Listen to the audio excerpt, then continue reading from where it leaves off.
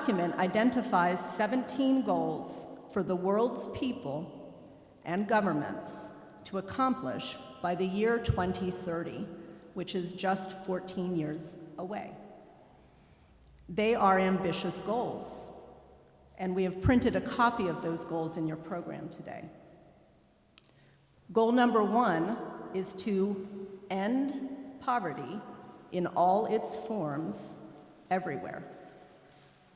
Goal number 2 is to end hunger, achieve food security, improve nutrition, and promote sustainable agriculture. If you look down the list, you will see that all the goals are interconnected. How can humanity empower women without eliminating poverty, ending hunger, ensuring health, providing education, etc.? And how can humanity eliminate poverty and hunger, provide healthcare and education, if we don't create societies in which women are empowered?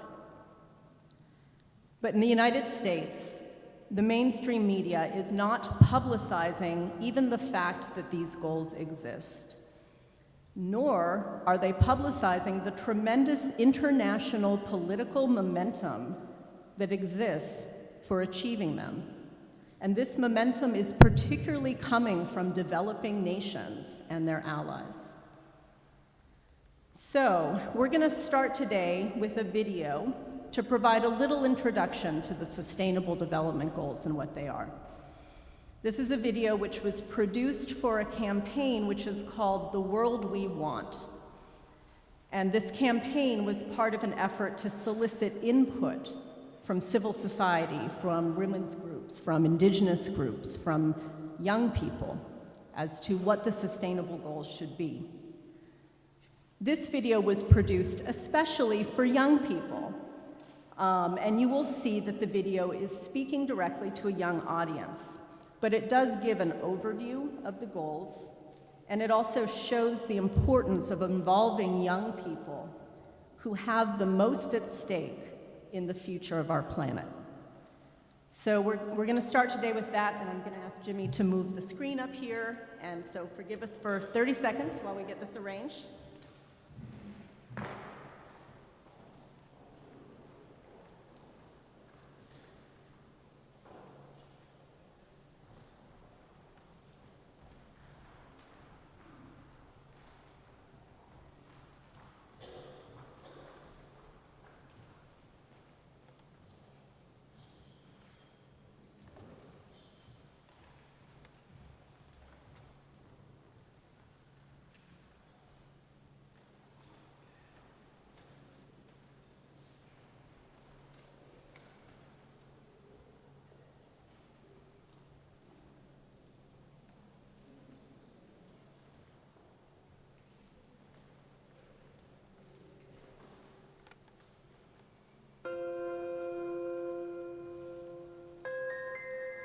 The Sustainable Development Goals are a United Nations initiative to change the world. They will guide development programs in all countries for the next 15 years. If these Sustainable Development Goals are reached, we will live in a much better world by the time we turn 30. It's our generation's turn to shape the world. We need to know what these goals are, where they come from, and how we can help achieve them. Sustainable Development Goals give the world the opportunity to come together and plan our future together. They give us a chance to think in an integrated fashion about the importance not only of social issues, but economic and environmental issues. And yet it seems very few of us know what these goals are. No. It's like these three sides of the like environment, economic. Yeah. No. No. No. Okay, Houston, we've had a problem here. This is Houston. Say again, please. Houston, we've had a problem. Houston, we do indeed have a problem. Right now, 1 in 7 people on Earth live in extreme poverty. 1 in 9 are undernourished. 58 million girls and boys are out of primary school. 73 million young people are unable to find a job. Every day, we're one step closer to heating up the planet beyond repair. With more than 9 billion people on our planet in 2050, it's likely there will be wars over water and other scarce resources.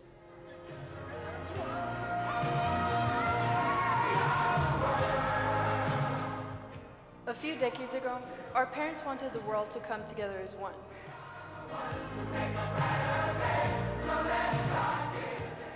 Inspired by their stars, they would buy the We Are the World record and donate money for individual causes like hunger.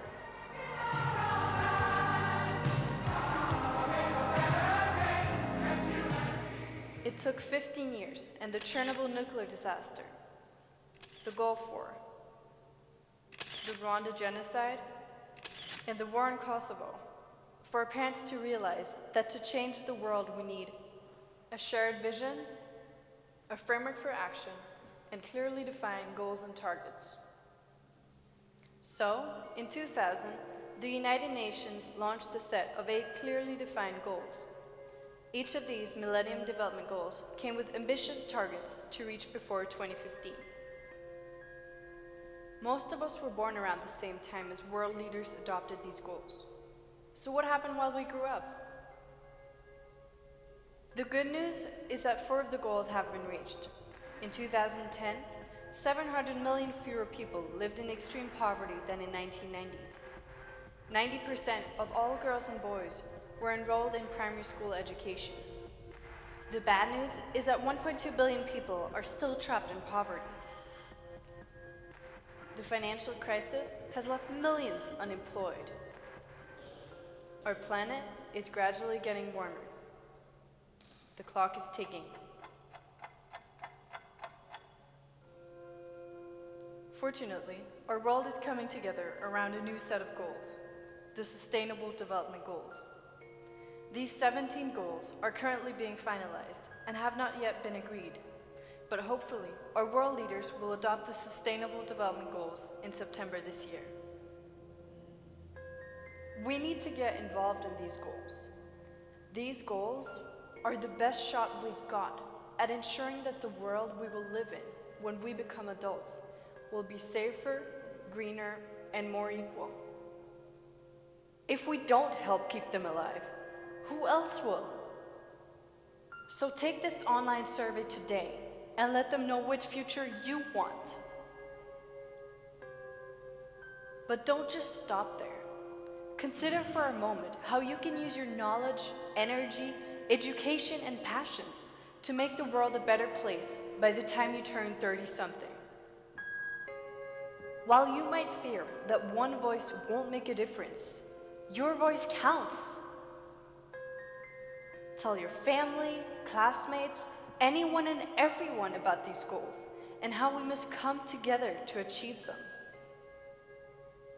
Tell your parents not to vote for politicians who don't take sustainable development seriously. And when we get to vote in a few years' time, let's vote for those who care about our planet and our future. The Sustainable Development Goals are our goals. They're not just our parents' goals, or our governments, or the United Nations. The Sustainable Development Goals are our generation's chance to shape the world we want.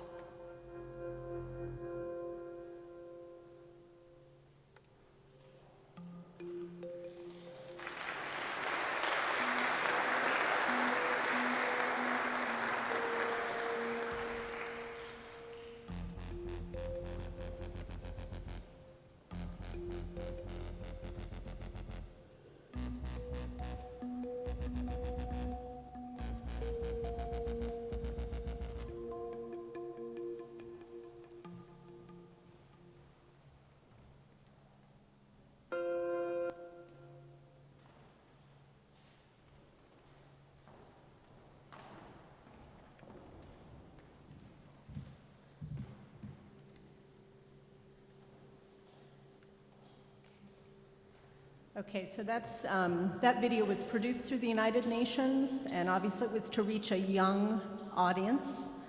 to inform them about the goals. It was distributed in 2015. So when at some point the voiceover said, these goals are not yet agreed to, but hopefully our world leaders will this September, that did happen. In September of 2015, they were passed. And I want to emphasize a couple aspects of these goals. The adoption of the Sustainable Development Goals was a unanimous resolution. Every single country agreed to these. And the goals themselves are universal, is the word they use. And what that means is that all countries, both the government and the people of every country, are responsible for achieving this agenda. The 2030 agenda was not intended as a way for the large, powerful countries to point their finger at the problems of poverty in poorer developing countries. The militarily and politically powerful countries, like the United States, are responsible for achieving these goals here in this country as well, and for helping the developing world to achieve them. The United States has to make gains in eliminating poverty and hunger, in providing equal health care and education for all, in ensuring the availability and sustainable management of water and sanitation for every single person here in this country. But the US government is not demonstrating a commitment to achieving these goals. Just look at Flint, Michigan, Cleveland, Ohio, Camden, New Jersey, the schools of Newark, New Jersey, and more. Consider goal number 5, the theme of our event, to achieve gender equality and empower all women and girls. We have a long way to go with this one, too. And you have to ask, what will it take? The goal to achieve gender equality and empower all women and girls is interrelated with the many issues that affect the lives of women and girls. In New York City today, 25% of women live in poverty. 40% of all female-headed households live in poverty. Issues of maternal and child health care, economic participation, lower income, uncompensated work at home, and the social consequences of all of these all affect the lives of women and girls. Our first speaker will address some of these issues for women from a personal perspective, speaking of how domestic violence can make it very difficult for women to achieve our full potential for leadership in the way our society is currently structured. So I'd like to introduce our first speaker, Leela Green, who has been a member of Women's Press Collective since 2012. She is also the founder of an organization called Hunks for Hope, which involves men who support the elimination of domestic violence and efforts to eliminate abuse of women. So please give a huge welcome and a warm welcome to our member, Leela Green.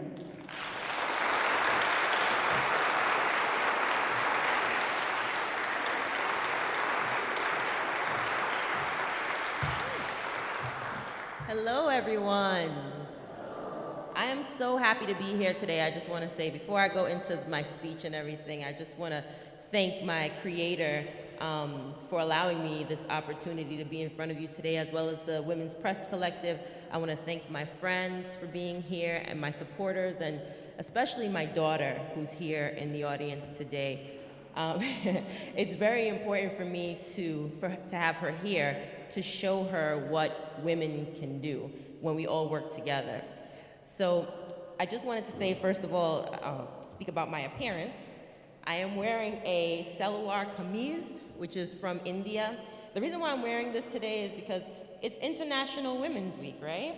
So I wanted to represent another culture aside from myself. My daughters, I have 3 of them, they are a most wonderful blend of West Indian meets East Indian. So I wanted to show up and represent today.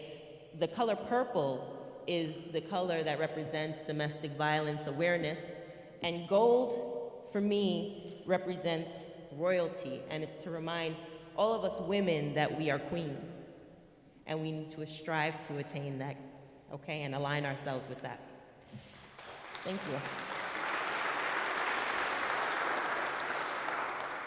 So, I'm gonna be using my phone today because I'm gonna live in the digital era that we're living in now. I was always meant to be a survivor. I survived through my harsh environment of East New York, Brooklyn, where I was the middle child and the black sheep of the family. Although the product of working class parents, I never felt poor. This was mainly due to the perseverance of my father, who was the sole breadwinner of a family of 6. He worked morning until night, and to this dedication to his work meant that there was not a lot of time left to spend with him. No trips to the park, no conversations about boys. Unable to place many household responsibilities on my father, my mother's time was wholly devoted to cooking, cleaning, helping with homework, and day-to-day tasks. This is how life was for my 2 immigrant parents from the West Indies. The man worked and the woman's place was in the home. Fortunately, education was very important for them both, despite my father not even graduating elementary school. My mother was fortunate enough to attain her associate's degree. They were strict about this and didn't believe in having much time for socializing. We were told to go to college, get a good job, and get married. And it seemed to me as long as I followed those specific instructions, life would be perfect. But it wasn't perfect. My life took a turn, and for many reasons, I fell through the cracks. Either out of rebellion or lack of freedom, I made some poor choices on my part. A huge one being I fell in love with an abuser. Also from a West Indian family from the same neighborhood and who literally lived across the street, we had so much in common. But here's what was wrong. He nor his family believed in gender equality. He was raised like a prince. His mother never allowed him to lift a finger. So he found a way to occupy his hands by putting them on me. Of course, at first he was charming and attentive. I just wasn't paying attention to the signs. But I noticed that he would change the subject when I spoke about my goals and my accomplishments. He would belittle my efforts to create a better life for myself, one that surpassed what my parents had accomplished for themselves. After a while, he would begin to speak badly about my friends and my family, and he never liked anyone I liked.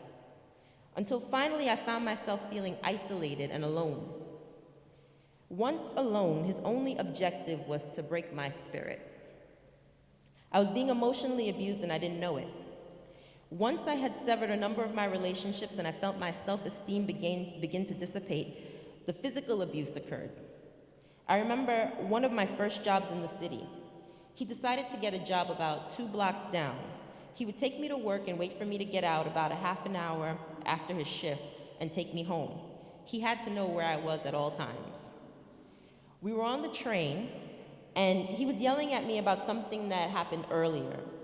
I was embarrassed, but I was so used to the emotional abuse, I just sat there silently. Then I noticed the young man sitting across from me.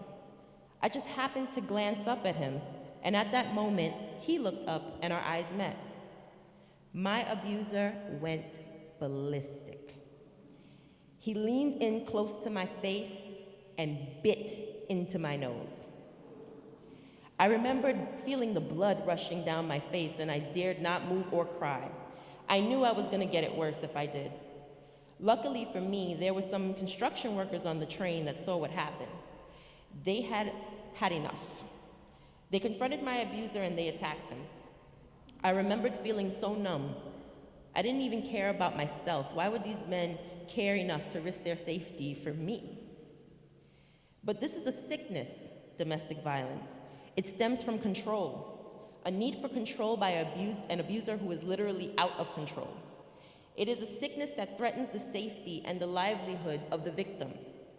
Situations like mine happen all over the world. The problem of domestic violence is an epidemic. But why? Well, it could be attributed to many factors. like poverty, unemployment, stress and frustration of men not being able to provide. While in some cases this may be true, it's not always the case when it comes to domestic violence. And even though men are abused by their spouses, women are still at higher risk. Then we have to look at why. Domestic violence is a reflection of attitudes ingrained in all cultural systems of the world that view women as lesser human beings. That is why domestic violence transcends economic lines. So now that we know what the problem is, what is the solution? Here's what I believe. Women are the heart of the community. They create life from their wounds and are their children's first teachers. Life and knowledge begins with them. The beauty of that right now all over the world is being threatened. Currently, we live in a very patriarchal society where it is somewhat difficult to find a place for a woman in a workforce and a world that is designed for men. Women need to be empowered. And almost instinctually, those women will empower others. And it creates a new cycle, not one of abuse and oppression, but a much needed one of creativity, expressive freedoms, and knowledge. Right now, poverty is a huge issue affecting women and how they take care of themselves and their families. You will hear stories of little girls in Africa not being able to attend school during their menstrual cycle because they don't have proper sanitary napkins to prevent their clothes from becoming soiled. On the other hand, right in our own backyard, a 10-year-old girl is going to bed hungry because there's no food in her house, wishing that tomorrow won't be so cold because she doesn't own a proper coat. Here in New York City, roughly 52% of children living in low-income households live with only one parent, and women are disproportionately affected as single parents a lot of the time.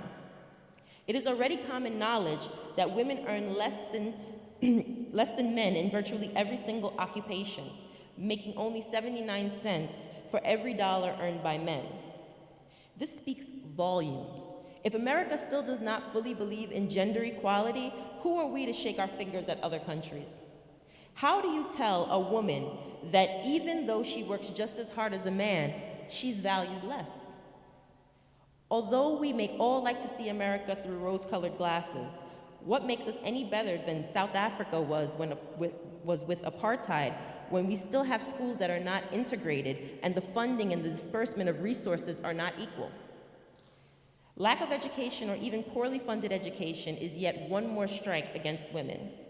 Child abuse, pedophilia, and child molestation are also huge issues that need to be addressed because it threatens our children's innocence and is currently aiding human traffickers in terms of them being able to play on the emotional instability of these children and also feeding off of their distorted view of love, providing them a false sense of security and leading them down a dangerous road of sexual exploitation and slavery for profit.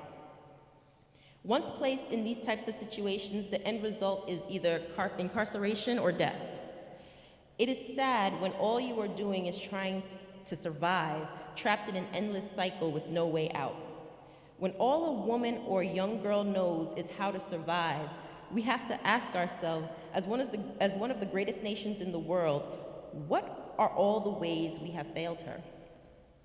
When all the chips are stacked up, we have a real issue with inequality here in America that must be addressed. The changes we need to see must start with us. Let us empower women and young girls by giving women equal pay for a start. Let us look at how important women are in the family structure and reassess their value in regards to raising their children in a healthy lifestyle which will help future generations to come. Focusing more on the specific physical health and educational needs of women and young girls. Develop better food programs based on the assessment of the family's actual need. Emphasizing the importance of literacy and access to books and healthy fruits and vegetables for children. Also taking care of the mental needs of women and young girls who have been through trauma. Teaching them how to turn their pain into purpose and giving them the tools to start their own businesses and nonprofits. Providing more youth programs for young girls that teach them healthier ways to view themselves, relationships, and addressing social and family issues in a healthier way. These are just a few suggestions to start, But paying attention to the needs of and empowering women is so important to our society today. I have been fortunate enough to overcome my situation and start my own nonprofit, Hunks for Hope. Every year, we focus on providing empowerment workshops to women and young girls here in Brooklyn. The key to our work is not only do we empower women, but we include the men in the workshops. We feel that conversations and the connections are needed in order to aid in the healing process. The future of our planet depends on both sexes working together, and that is what makes Hunks for Hope so special. Women are to be valued and not degraded, are to be uplifted and not overlooked. We need balance in our society, once again, and once the female energy is built up to the point where once again we have a voice, it will take us into a golden age that will be one of great innovation and creativity and out of the chaos that we are currently facing. But until then, I'm still surviving. Thank you.